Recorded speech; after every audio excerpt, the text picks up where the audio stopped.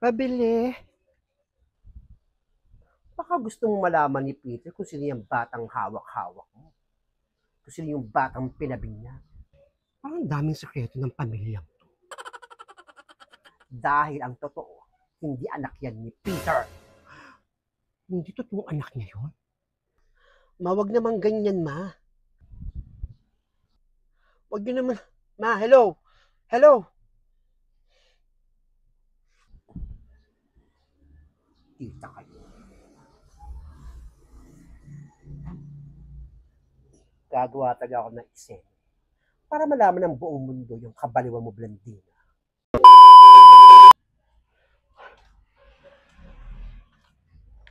Nawiwindang ako dun sa mga kapitbahay ko.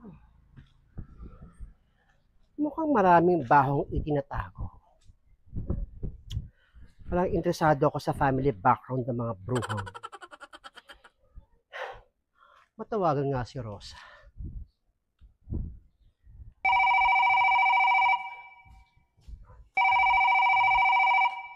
Sino tumatawag?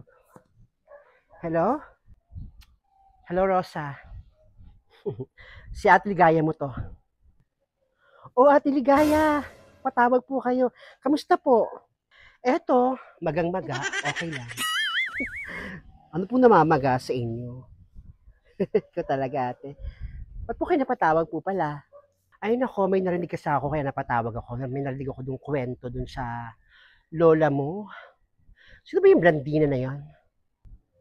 Ah, opo, dati, asawa po yun ng tito ko. Kabit po yun, babaeng yun. Ah, talaga? Kabit lang yung babaeng yun.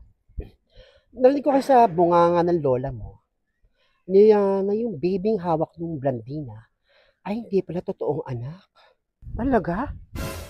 Tama po ba yung pagkakarinig niyo na ganyan ho, na hindi anak ng Tita Blandina ko yung anak niya ngayon? Oo, tama yung pagkakarinig ko nung di ako nagkakamali. Malinaw na malinaw.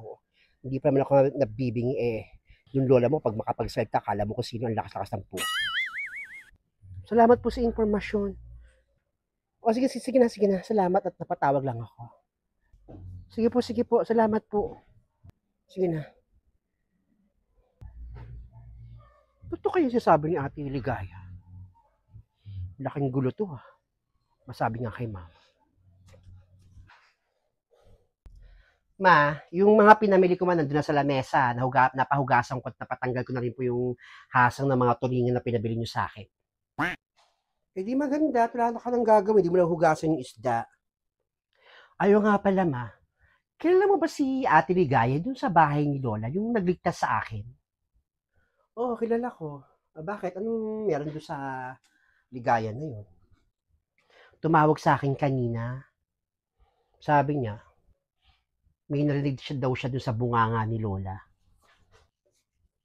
Na ano, na yung baby pinabinyagan daw nila Tito Peter, pati nila Tita Blandina. Eh hindi man daw anak yun ni Tita Blandina. Tinanong ko pa nga si Ate Ligaya kung sigurado siyang yun ang pagkakarinig niya eh. Ganun din yung pagkakarinig niya ma sa sinabi ng ni Lola. Ang linaw-linaw daw. Kaya nagulat siya. Sa bagay, hindi ko nga nakita lumaki yung tiyan ng babaeng. Tapos uumis dito biglang nagkaroon ng anak. Sige doon ka na. Napaka-chismosa mong bata ka. Iprito mo na yung tulingan para kumain na tayo. Sabi ko lang ma, upo magpiprito na ako.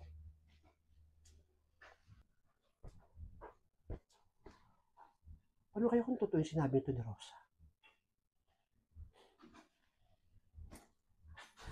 May kwento nga kay Nina. Tipitin. Magandang araw po, Kamuning. Magandang araw din sa Emiliana. Saan ka pupunta? Punta ako doon kay Nena, may kukwento po ako. Nalaman mo na yung katotohanan. Ano pong katotohanan sasabi niyo? Secret. Alam niyo po yan? Ikwento niyo nga po sa akin, Kamuning. Kamuning! Kamuning! Kamuning! Kinabahan naman ako sa hula ni Kamuni. Alam ko hindi pa to nasisira sa mga hula niya. Hindi rin. Nasira din naman yung hula ko din. Pahula ko sa kanya. Pero paano niyo nalaman? Pupunta nga lang kay Nena. Si Meliana yun ah. Hi Meliana! Gagawin mo siya kay Nena. Wala nang ulam dyan. Naubos na. Ewan ko si Fel, hindi ako manghingi ng ulam. Dahil pinadalahan ako ni Nena nung ulam kahapon after ng binyagan niya. May sabihin lang ako, diyan ka na nga. Bantay mo yung bahay mo. Smosa ka talaga. Ano kayo sasabihin ni Emiliana kay Nena? Mukhang nagmamadali. Mukhang importante. May bagyo na nga. Chismis pa.